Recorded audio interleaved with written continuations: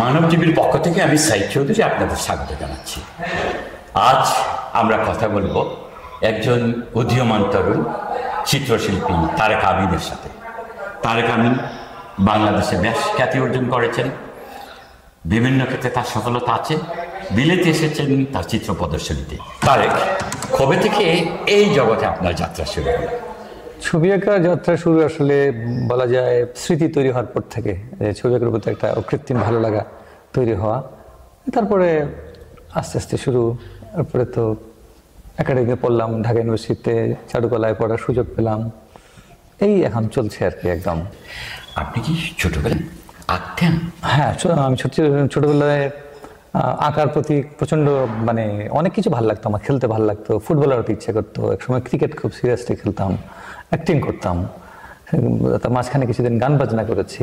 কিন্তু আমার হতে চেয়েছি আমি মন থেকে আর্টিস্ট, ছবি আঁকতে চেয়েছি। ঢাকা ইউনিভার্সিটিতে আপনি সুযোগ পেলেন? ইউনিভার্সিটি যে কোনো সাবজেক্টে বা যে কোনো ইউনিভার্সিটিতে পরীক্ষা দেওয়ার ক্ষেত্রে তো একটা ম্যান্ডেটরি রেজাল্ট লেভেল লাগে, রেজাল্ট স্ট্যাটাস লাগে, সেটা ছিল। আর চারুকলায় চান্স পাওয়ার কারণ, চারুকলার ইন্ডিভিজুয়ালি ওই ডিসিপ্লিনে ভালো করতে হয়, তো ওইটা ছিল মোটামুটি। চারুকলায় ভর্তির আগে ছিল শিল্পকলা একাডেমিতে আর্টের ডিপ্লোমা করছিলাম, ওখানে আমি বেস্ট স্টুডেন্টদের একজন ছিলাম। তো তখন আমি সোল আর্টিস্ট ছিলাম, একদম মনে প্রাণে শিল্পী ছিলাম। কলেজে আমার যখন পড়েছি ছবি আঁকার জন্য আমার ক্লাসমেটদের কাছে একটা বিশেষ খ্যাতি ছিল, পুরো কলেজে যে আমার বিশেষ খ্যাতি ছিল। সবার কাছ থেকে কৃত্রিম এক ধরনের ভালোবাসা পেতাম, কারণ আমি ছবি আঁকি। বাংলাদেশে অনেক অ্যাওয়ার্ড পেয়েছেন, পদক পেয়েছেন, কোনটা আপনাকে বেশি আনন্দিত করেছে? সমস্ত পুরস্কারই আসলে, সমস্ত স্বীকৃতি আসলে আনন্দ দেয়। শিল্পীদের তো আসলে শিল্পী কি, কোন জায়গায় গেলে শিল্পী হয়, এটা তো কোনো নির্দিষ্ট সংজ্ঞা নেই। তো এই ছোট্ট ছোট্ট অ্যাপ্রিসিয়েশনগুলো, ছোট বা বড় অ্যাপ্রিসিয়েশনগুলো শিল্পীকে তার জার্নি, শিল্পীদেরকে চলাকে বলে জার্নি বা ভ্রমণ, এই ভ্রমণকে বেগবান করে এবং গতিশীল রাখে এই অ্যাপ্রিসিয়েশনগুলো। তো কাজেই সমস্ত স্বীকৃতি আমাকে বিশেষ আনন্দ। তারপরেও আসছে না যে কোনো একটা স্বীকৃতি পেলে মনে হয় জাতীয়ভাবে এই ধরনের একটা প্রত্যাশা ছিল, পুলকিত বোধ হয়, একজন শিল্পী উজ্জীবিত হয়, এইরকম একটা পুরস্কারের কথা বলুন বা একাধিক বলেন। হ্যাঁ, এটা হচ্ছে অবশ্যই, এটা সবার আগে আমাকে বলতে হবে। আমি যখন ন্যাশনাল অ্যাওয়ার্ড পেয়েছিলাম জাতীয় চারুকলা প্রদর্শনীতে, আমি যখন পুরস্কৃত হয়েছি এবং সেটা পরপর দুবার, সেটা আমার জন্য বিশেষ একটা ঘটনা।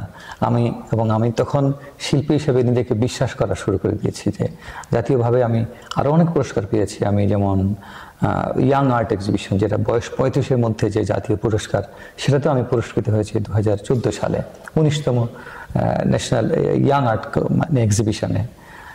বাজার অ্যাওয়ার্ড পেয়েছি। কিন্তু এই দুটো আসলে সিগনিফিকেন্টলি, যেমন প্রথমবার পেয়েছিলাম 21তম জাতীয় চারুকলা পুরস্কার, অনারেবল মেনশন। দ্বিতীয়বার পেয়েছি এবি ব্যাংক পুরস্কার, সেটা হচ্ছে 22তম 2017 সালে। সেটা এগুলো বিশেষভাবে বলা যায় যে এটা আমাকে দারুণভাবে অনুপ্রাণিত করেছে, মানে এক ধরনের শিল্পের প্রতি এক ধরনের আমাকে এক ধরনের করে দিয়েছে যে আপনি যখন মনে হলো যে আপনি একজন শিল্পী। কবি আল মাহমুদের একটা কথা আছে না, যে অপারার মেয়ে রুজিনা সারা অঙ্গে কবি, তবু মেয়ে কবিতা বোঝা না। একজন শিল্পী এমন হইতে পারে সে নিজের শিল্পী, এটা তখনও পর্যন্ত তার হয়তো কনফিডেন্স গ্রো করে না, যদিও একটা পুলক থাকে বা তার একটা পারঙ্গমতার ব্যাপারে তার একটা কনফিডেন্স থাকে। কিন্তু আপনি সুন্দর বলেছেন যে তখন মনে হলো আমি একজন শিল্পী। এই কোন কাজটা করে শিল্প স্বীকৃতি তো পেলেন, যে কাজের উপর স্বীকৃতিটা পেলেন, এই কাজটা কি ছিল? কোন কাজটা করলে মনে হলো যে আপনি একটা সার্থক পর্যায়ে রূপান্তরিত? Thank you. আমার 21তম জাতীয় চারুকলা প্রদর্শনীতে যে কাজটা পুরস্কৃত হয়েছিল, এটা ছিল উটকাট আর কি, কাঠখোদাই মাধ্যম। আমি যে বিষয়ে পড়েছি ঢাকা ইউনিভার্সিটির চারুকলা অনুষদে, সেটা হচ্ছে ছাপচিত্র বা প্রিন্ট মেকিং ডিপার্টমেন্টে। প্রিন্ট মেকিংয়ের একটি মাধ্যম হচ্ছে কাঠখোদাই বা উটকাট মাধ্যমে করা একটা আমার একটা সিরিজ কাজ। আমার অলমোস্ট সমস্ত স্বীকৃতি এসছে ওই সিরিজ থেকে। এই সিরিজে প্রায় 30 থেকে 40টার মতো কাজ করেছি। সেটা কি ছিল? এটা হিউম্যান ফিগার নিয়ে কাজ। আমি আসলে মূলত কাজ করি মানুষের স্বপ্ন নিয়ে, যে আসলে আমার কাছে মনে হয়েছে আমার ছোট্ট জীবনে, ছোট্ট অভিজ্ঞতায়, যে মানুষ পৃথিবীর সব মানুষ কেমন জানি, মানুষের মধ্যে দুঃখপ্রিয়তা আছে, এক ধরনের বন্দিত্ব আছে। মানুষ আসলে প্রতিনিয়ত মুক্তি চায়। কিসের মুক্তি চায়? সব কিছু একটা টার্গেট চায়, যে এরপরে এই কাজটা হয়ে গেলে আমি ফ্রি, ওই কাজটা হয়ে গেলে ফ্রি। আসলে কি মানুষ ফ্রি হতে পারে? মানুষ ফ্রি হতে পারে না। এই বন্দিত্বটা কিসের? বন্দিত্বটা অস্তিত্বের। এই বন্দিত্ব কিসের জন্য আমরা বন্দী হই? আমাদের কাম, ক্রোধ, বাসনা আমাদের বন্দী করে ফেলে। সো এই বন্দিত্ব থেকে মুক্ত হতে হলে আমাদের নিজেদেরকে জানতে হবে, যেটার জন্য সক্রেটিস বলেছিলেন নো দাই সেলফ। এবং এই কথাগুলো আরো সুন্দর সুন্দর বলবো না, অন্য ফর্মে সুরেলা ভাবে আমাদের লালন বলেছিলেন, আত্মতত্ত্ব যেই জেনেছে দিব্যজ্ঞানী সেই হয়েছে। আমাদের হালের আমির উদ্দিন বলেছেন যে ভুল দিক নির্ণয় করা কঠিন, তাজ্জব হয়ে ভাবতেছি, ভুলের পথে চলতে চলতে আজ অবদেশে এসেছি। তো এই বাস্তবতা যদি মেনে নেই, নিজেকে জানা সহজ হবে, তখন মুক্তির পথ সহজ হবে। কিন্তু আপনার চিত্রকল্পে ধরেন যে চরিত্রটা আপনি অঙ্কিত করলেন, কিভাবে তা প্রমাণ করলেন সে মুক্ত? মানে কি দেখাতে চেয়েছেন একটু বর্ণনা দিন। আচ্ছা, আমি খুব কঠিন প্রশ্ন আমার জন্য, আমি জানি না এর উত্তর দিতে পারবো কিনা, বাট লেট মি ট্রাই। আসলে কোনো কংক্রিট সলিউশন তো দেখাতে পারেনি। আমি এখানে এই অসুখের প্রেসক্রিপশন, মানে ওষুধ হিসাবে আমি প্রেসক্রাইব করেছি আমাদের বাউল দর্শনকে। যে লালন বললাম, আমি আব্দুল করিমের গানের লাইন বললাম, যেমন আমি খুব সিগনিফিকেন্টলি কারি আমিরুদ্দিনের গানের লাইন এখানে ব্যবহার করেছি, লালনের গানের লাইন। আপনার এই কারি আমিরুদ্দিন পর্যন্ত যখন আসছেন তখন আমি ধরে নিয়েছি একেবারে রুটস লেভেলে আপনি আছেন, এবং এটা আমার কাছে আমি পুলকিত বোধ করছি, আমি আনন্দিত হয়েছি। এবং এজন্যই আমি আপনার কাছ থেকে এর একটা পরিসমাপ্তি, আপনার প্রকাশ এবং বিকাশ, এটা একটু শুনতে চাইছি। আচ্ছা, আমি বাউল গান দ্বারা প্রভাবিত। আর হচ্ছে আমার কাছে মনে হয় আমাদের বাংলাদেশের ফিলোসফিতে যারা ফিলোসফি নিয়ে চর্চা করেন, বা ফিলোসফির যত ধরন আছে এর মধ্যে আমাদের বাউল ফিলোসফি, ফোক ফিলোসফি, ফোকস মানে সিঙ্গিং বা ফিলোসফি, এটা হচ্ছে সুফি গানের জীবনচিত্র এবং এটা মুক্তির চরিত্র আছে, এটা খুব শাশ্বত, এটা জয়গান আছে, হ্যাঁ তা তো আছে। এবং এটা আমার খুব মৌলিক মনে হয়, যেটা একদম আমাদের। আপনি চিন্তা করেন কত আগে সক্রেটিস বলেছেন নো দাই সেলফ, আমাদের লালন কি সুন্দর করে বললেন, একবার আপনারে চিনতে পারলে রে, তারপরে আত্মতত্ত্ব যেই জেনেছে দিব্যজ্ঞানী সেই হয়েছে। আরো কত সুন্দর সুর দিয়ে তিনি, অথচ উনি কি সক্রেটিসকে চিনতেন, জানতেন? মনে হয় না লালনকে চর্চা করলে। কিন্তু কিভাবে মিটে গেল? তার মানে পৃথিবীর মহানদের চিন্তায় কি সুন্দর মিল। তার মানে এই যে নিজেকে জানতে, মানে আমাদের সাধারণের চিন্তা আর পৃথিবীর বিখ্যাত জনের চিন্তা একটা জায়গায় এসে মিলে যায়। ট্রু। খুব ভালো বললেন কথাটা, হ্যাঁ খুব মজা পেলাম কথাটা। আসলে যে এই যে এত জ্ঞানের একটা স্তরে যে এত সাধারণভাবে যে ভাবতে পারার যে অসাধারণতা, এইটা তাদের স্পেশালিটি। অর্থাৎ আসল কথাটা এরকম হয় যে আপনি চিত্রের মাধ্যমে একটা সাধারণের যে রূপ পরিস্ফুটিত করলেন, আর এরা পৃথিবীর বিখ্যাত হয়ে সাধারণের কথাটা প্রকাশ করলো, এই জন্যই তারা বড় আসলে, তাই না? এবং আপনিও এবং আরো অনেক বড় হবেন। এখন বলেন তো, জীবনে এই শিল্প আঁকতে গিয়ে বেদনার চিত্র নিশ্চয় এসেছে, আপনার কল্পলোকে যত জিনিস আসছে আপনি কোনো না কোনো চরিত্র ফুটাইতে চাইছেন, কোনখানে কি হঠাৎ কি তাই এরকম কিছু মনে হয়েছে যে না আমি এটা চাইনি? হ্যাঁ, এটা একটা খুব ইন্টারেস্টিং প্রশ্ন। আমি আগে আমি অনেকগুলো ইন্টারভিউ অনেক জায়গায় দেওয়ার সুযোগ হয়েছে। আমি এই কথাটা খুব সিগনিফিকেন্টলি বলি যে আমার কাজ যখন আমি দেখি ফাইনালি কাজ কমপ্লিট হওয়ার পরে, তখন আমি খুব আশাহত হই। আমার মনে হয় যে আমি তো এই ছবিটা আঁকতে চাইনি, এটা আমি এর থেকে তো অনেক বেশি ভালো চিন্তা করেছিলাম, আমার থেকে অনেক ভালো কল্পনা করেছিলাম। এক ধরনের হতাশাবোধ কাজ করে, এক ধরনের ভাবনা চোরাবালিতে ঢুকে যাই। কিন্তু কি করে এই চোরাবালির মধ্যে এত দিন ধরে আমি সাস্টেন করি? এটা হচ্ছে এই যে কাজের প্রতি আমার একটা সমর্পণ আছে বলে আমি বিশ্বাস করি। এই সমর্পণটা, এই যে নিজেকে বিলীন করে দেয় কাজের মধ্যে, এইটা আমার ভালো লাগে। কিন্তু আপনার কি কখনো এটা মনে হয়নি যে এত সুন্দর তো আমি আশা করি নাই? এটা অনেক সময় হয়েছে, কিন্তু এটা সুন্দর কিনা কনফিউজ থাকে। সুন্দর কিনা তো দরকার না, আপনার কি মনে হয়েছে কখনো চমৎকার?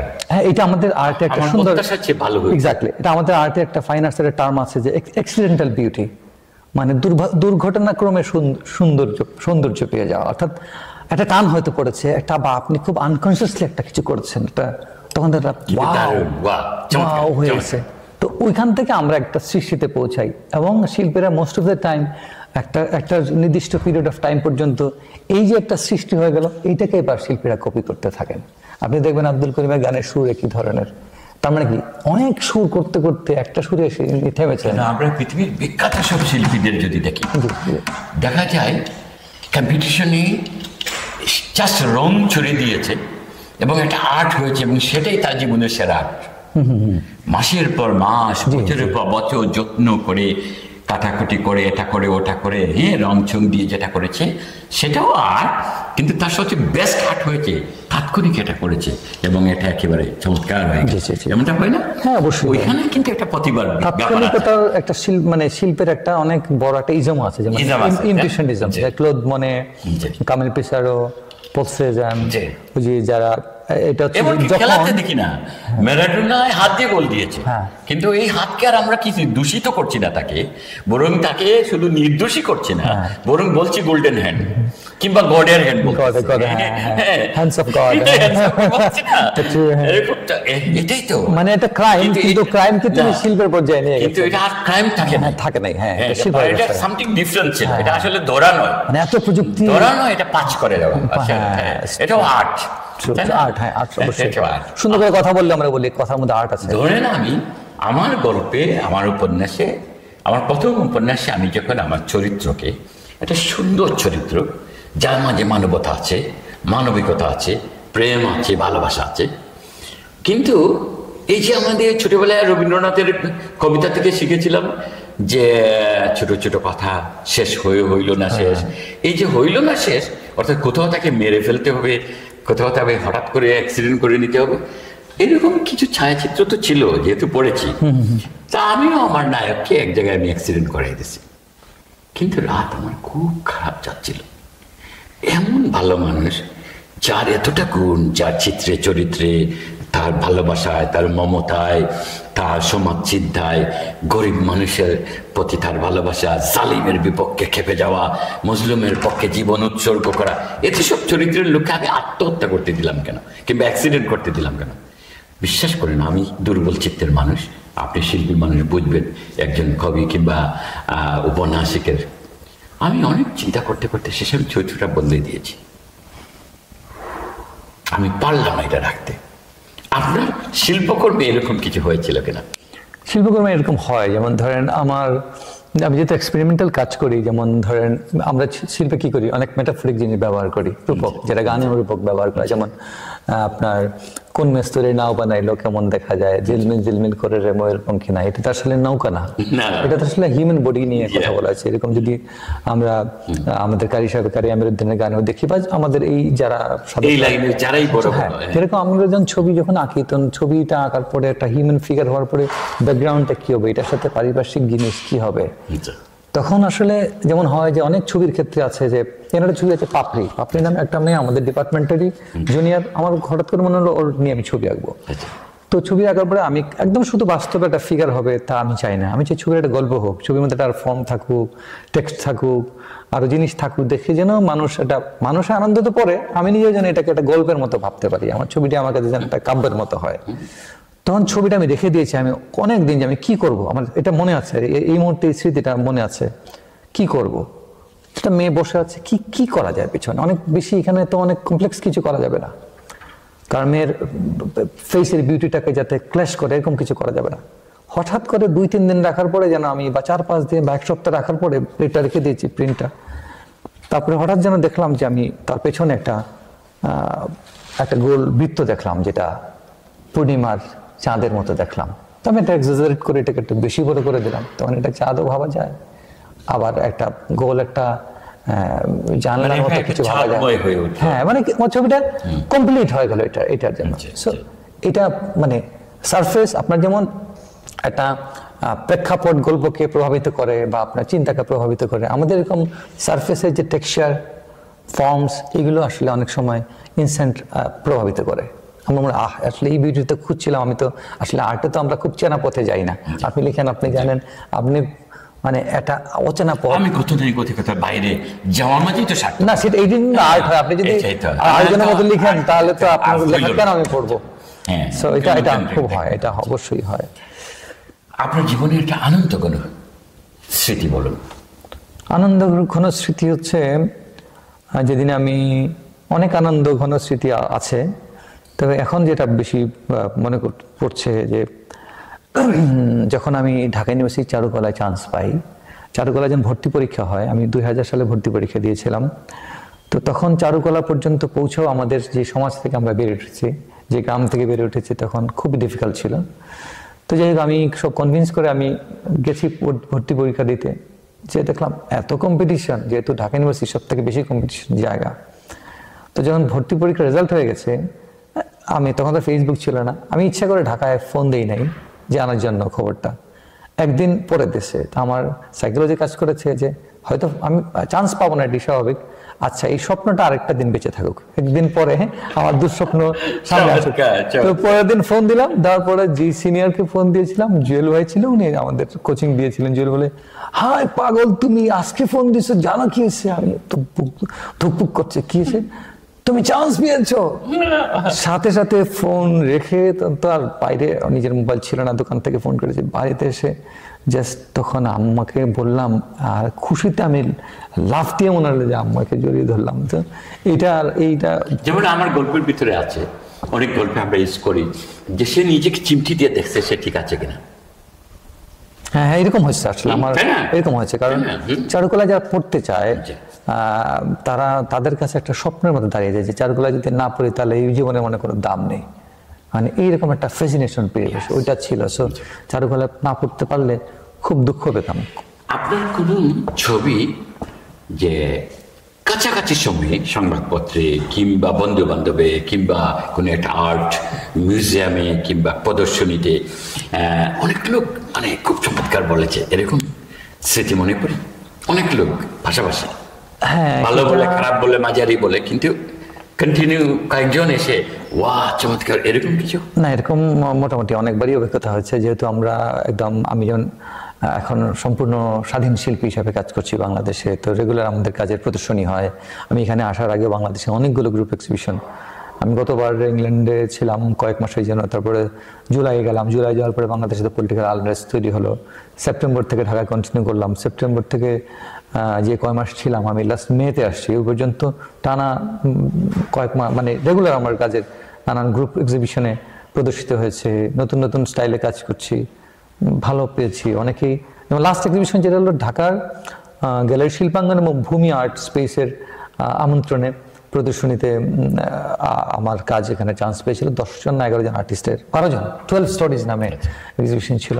তখন প্রফেসর রশিদ আমিন, যিনি জগন্নাথ বিশ্ববিদ্যালয়ের চারুকলার প্রিন্ট মেকিং ডিপার্টমেন্টের চেয়ারম্যান এবং আমার খুবই আপনজন, উনি আমার কাজ খুব পছন্দ করেন, আমার একজন গাইড বন্ধু, বড় ভাই। উনি জাস্ট আমার হাত ধরে এরকম টেনে নিয়ে গেলেন। আমি নৌকা নিয়ে কাজ করেছিলাম আর কি, এই নৌকা নিয়ে কাজ করেছি না পারাপার, যেটা এটা গান আমাকে খুব প্রভাবিত করেছিল কারিয়া মেরুদ্দিনের। মানে সকলেরই রাস্তায় হয়েছে দেখা, ফেরি কিনারায় ভিড়লে যার তার সাথে হবে দেখা। গানের সুরটা ছিল মুসাফির কোথায় যাবি বল।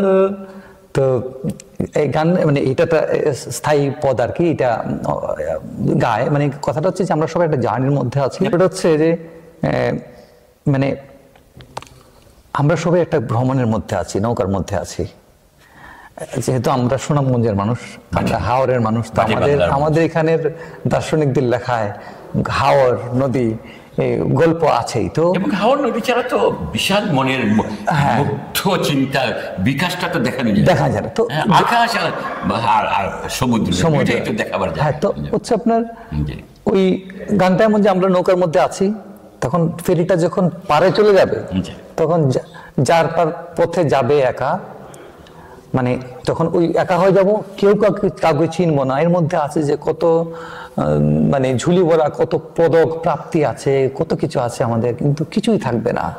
আর আমরা মারা গেলে শুধু বাটাবাটি আর লোটালুটি এগুলো নিয়ে গল্প হবে, কিন্তু যার সম্পদ, আমি যে মানুষ, আমার যে সম্পদ, আমার কি হবে, আমি কোথায় যাব? এই আমার কাছে এত টাচ করে, আমি বলতে পারলাম না এই গল্প পরিসরে, আর লিরিক মনে থাকে না আমার। তো আমাকে এত আকর্ষণ করেছে, তো কাজ করতে আমি একটা নৌকা নিয়ে কাজ করছিলাম, একটা নৌকা ভর্তি মানুষ, অনেক মানুষ নৌকায় যাচ্ছে। আমার কাছে মনে হলো সারা পৃথিবীর মানুষ এই নৌকার মধ্যে বসে আছে। এবং একটি ফটোগ্রাফ থেকে কাজ করেছিলাম, তো এবং এইটার মধ্যে আমি এই গল্পটা ঢোকানোর চেষ্টা করেছি। এই রশিদ আমিন এই এক্সিবিশনে আমাকে টান দিয়ে নিয়ে যে বলছেন যে তোমার এই কাজটি আমার এত ভালো লেগেছে এবং এটা তোমার একটা খুব ইউনিক স্টাইল হয়েছে, আমার এটা বিশেষ ভালো লেগেছে। আমাদের দেশে নানা সংকীর্ণতা আছে, হীনমন্যতা আছে, বড় বড় শিল্পী কিংবা রাজনীতি কিংবা শিক্ষাবিদ পণ্ডিতজনেরা তাদের জুনিয়র মেধাবী জুনিয়র যারা এদের দিল খুলে কথা বলতে পারে না, অনেকে ব্যতিক্রম তো আছেই।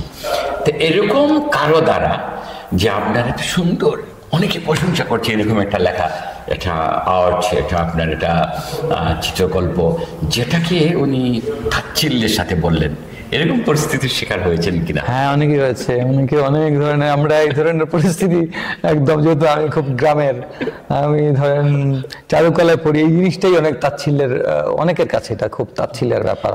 অনেকের কথা বাদ দেন, যারা মানে শিল্প করার এদের কাছে বাংলাদেশে খুব নাম, কলিজা ছোট মানুষ বড়। আমি একজন খুব নাম করা শিল্প, উনি আমাকে সরাসরি বলছেন আমার ফিগারেটিভ কাজগুলো, আমার জীবনে যত অ্যাচিভমেন্ট আসছে আর্টিস্ট হিসাবে সব আমার এই ফিগারেটিভ কাজগুলো দিয়ে। কিন্তু এটা সবার কাছে ভালো লাগবে, নট দ্যাট খারাপ লাগতেই পারে। কিন্তু আমি বলতে চাইছি যে হীনমন্যতার কারণে, না, এটা তো আমি বুঝতে পারবো না যে আসলে কে হীনমন্যতা বলছে এরকম, যে আপনি বুঝতে পারতেছেন লোকটা এটা বুঝে, কিন্তু তারপরে বলল এটা এরকম হইলে ভালো হইতো বা এটা হয় না, এটা তো বোঝা যায়। কিন্তু তখন বলি এদের জ্ঞান দাও প্রভু, এদের ক্ষমা করো। যদি আমি আমাকে কেউ আমার কাজ নিয়ে নেগেটিভ বললে আমি এক ধরনের চিন্তায় পড়ি যে আসলে তো ঠিক, তো আসলে ওনার তো এটা একটা অবজারভেশন। আপনি একটা কথা একটু আগে বলেছিলেন যে এই যে লেগে থাকা, কোনো জিনিস যখন কেউ নিজে ভালোবাসে তখনই সে কেবল লেগে থাকতে পারে। ভালোবাসার জায়গাটাতে কি পেলাম সেটা ম্যাটার না। আমার উপন্যাসে একটা কথা আছে, নায়িকা তাকে বলছে তুমি কি আমাকে ভালোবাসো? সে হিমাচক উত্তর দিয়েছে। তখন নায়িকা আবার বলছে, প্রথম কথা নায়িকা বলছিল তুমি কি আমাকে ভালোবাসো? সে হেমাচক উত্তর দিয়েছে। তখন নায়িকা আবার বলছে আমি কি তোমাকে ভালোবাসি? তখন সে বলছে ভালোবাসা তো ফুটবল কিংবা দাবা খেলা নয় যে দুপক্ষই খেলতে হবে, ব্যবসাও নয় যে আদান প্রদান দুটোই থাকতে হবে, যে ভালোবাসা জানে সেই ভালোবাসা। হ্যাঁ, এখন এই যে ভালোবাসাটা, আপনি যে কাজটার প্রতি আপনার ভালোবাসা আছে বিদায় আপনি মাঝরাত, হ্যাঁ, কিংবা দুপুর বিকেল সকাল সময়ের কোনো বাধা প্রতিবন্ধকতা নিয়ে আপনি করেন। নিজেকে ভালোবাসতে হয় আর নিজের কাজটাকে ভালোবাসতে হয়। আমরা যারা কবিতা লিখি আমরা তাই করি। ঘুম থেকে হঠাৎ একটা কবিতার লাইন ঘুমের ভিতরে হয়তো মনে আসছে, এখন না লিখলে এক্সাক্ট এই জিনিসটা আবার নাও আসতে পারে। ঘুমের ফাঁকে ডায়েরিতে কিংবা আজকাল মোবাইলে হলেও 2 লাইন লিখে ফেলে। আপনার কি এরকম কোনো সময় মনে হয়েছে যে ঘুম থেকে উঠেছেন কিংবা রাস্তায় কিংবা আত্মীয়তার মাঝে কিংবা কারোর সাথে গল্প করছেন, এর মাঝে আপনার মাথায় একটা সুন্দর একটা ছবির চিত্র চলে আসছে, আপনি সব কিছু রেখে এই জায়গাটা একটা নোট করে নিয়েছেন? এরকম এটা আগে করতাম না, মনে হতো যে এটা আসবে, ব্যাপার না। কিন্তু আস্তে আস্তে অবজার্ভ করতে থাকি যে না, মানুষের যে মাইন্ড স্টেট ওটা সবসময় সমান থাকে না। ইভেনচুয়ালি যখন আমরা বাতাসের পরিবর্তনের সঙ্গে সঙ্গে আমাদের মাইন্ড স্টেট পরিবর্তিত হয়। সুতরাং তখন এটা করতাম না। এখন কোনো এরকম ভাবনা আসলে, একটা ফর্ম আসলে লিখে রাখি অথবা এঁকে রাখি, এটা লেআউট করি। তারপর অনেক সময় দেখার পরে আবার যখন কনসিয়াসনেসে আসি তখন ফর্ম থেকে হয়তো সেম জিনিসটা হয় না, কাছাকাছি রিলেট করা যায়। একেবারে শেষ কথাটা জিজ্ঞেস করি, আপনার যা জীবনে যা আঁকছেন এবং বাকি জীবনটাতে যা করতে চান, এই সব কিছু দিয়ে সমাজকে বা মানুষকে কি উপহার দিতে চান, কি রেখে যেতে চান আপনি?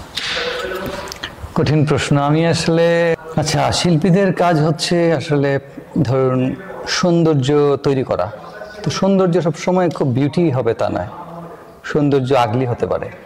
যেমন একটা দুঃখের সময় সাক্ষী হয়ে থাকে, দুঃখের সিনেমা ঠিকঠাক দুঃখ পেলে আমরা বলি দারুণ সিনেমা, মানে যথার্থভাবে উপস্থাপন করেছে। আর শিল্পী যারা চিত্রশিল্পী তারা হচ্ছে পৃথিবীকে দেখায় কি করে দেখতে হয়। কারণ আমরা যে যতটা সময় প্রকৃতির দিকে তাকিয়ে থাকি, মানুষের দিকে তাকিয়ে থাকি আঁকার জন্য, গভীরভাবে একটা দেখার বিষয় আছে। সো এটা আর কেউ করে না। সো আমরা প্রথমত আমরা চাই পৃথিবী সুন্দর হোক, পৃথিবী সুন্দরভাবে চলুক, এবং হচ্ছে মানে আরেকটা দিক আছে আমার কাজের, যেমন শিল্পীরা প্রকৃতি যে মহান শক্তি আমাদেরকে বানিয়েছে, আমাদের সৃষ্টি করেছে, এই শক্তিরই এক ধরনের প্রচারণা শিল্পীরা করে মানে থাকেন। স্রষ্টার এই যে সুন্দর সৃষ্টি, বহুমাত্রিকতা, এটা আপনি আপনার শিল্পের ভিতর দিয়েও আপনি প্রকাশ করতে চান। প্রকাশ করছি, এটা তো প্রতিনিয়তই করছি। ল্যান্ডস্কেপ আঁকছি, যখন আমাদের ল্যান্ডস্কেপ আঁকা দেখে বা শিল্পীর আপনি যখন ক্লোদ মনের পেইন্টিং দেখেন, তখন মনে হয় যে ক্লোদ মনে গাছ তো এঁকেছে, ফুল তো এঁকেছে, পাতা এঁকেছে, তার ফাঁকে যে বাতাস আছে সেটিও এঁকেছে। এত প্রেম দিয়ে দেখা শিল্পী ছাড়া আর কোনো পেশার মানুষের দ্বারা সম্ভব কিনা আমি জানি না। তো শিল্পী বেসিক্যালি আঁকা একটা মাধ্যম, কিন্তু সে দেখায়, সে শেখায়, ভালোবাসে। আর লন্ডনে আমার দ্বিতীয় একক প্রদর্শনী হতে যাচ্ছে এবং এটি আয়োজন করেছেন east London academy of art. তাদের আমন্ত্রণে আমি লন্ডনে এসেছি। এটা আমার শিল্পী হিসাবে আমার অভিজ্ঞতাকে আরো উচ্চে নিয়ে যাওয়ার জন্য এত বড় যে সুযোগ আমাকে করে দিয়েছেন, নিঃসন্দেহে বিলিতের মতো জায়গায়। ইতোমধ্যে এখানকার অনেক শিল্পীর সঙ্গে এবং শিল্প নিয়ে যারা কাজ করেন তাদের সঙ্গে যোগাযোগ হয়েছে। এই সুযোগটি দিয়েছেন আমাকে east London academy of art, এবং ব্যক্তিগতভাবে যিনি এই উদ্যোগের পেছনে ছিলেন এবং এই সমস্ত কিছুর পেছনে শিল্পী জামান, মোহাম্মদ ফখরুজ্জামান, তিনি এখানে একজন ব্রিটিশ বাংলাদেশ আর্টিস্ট এবং উনি কিন্তু ন্যাশনাল অ্যাওয়ার্ড উইনিং আর্টিস্ট এই দেশে, এবং শিল্পের একজন নিবেদিত কর্মী। আমি তাদের প্রতি east London academy of arts এবং জামান, মোহাম্মদ ফখরুজ্জামান, তার প্রতি কৃতজ্ঞতা জানাচ্ছি, ধন্যবাদ জানাচ্ছি এত সুন্দর একটা অভিজ্ঞতার মুখোমুখি হওয়ার জন্য আমাকে।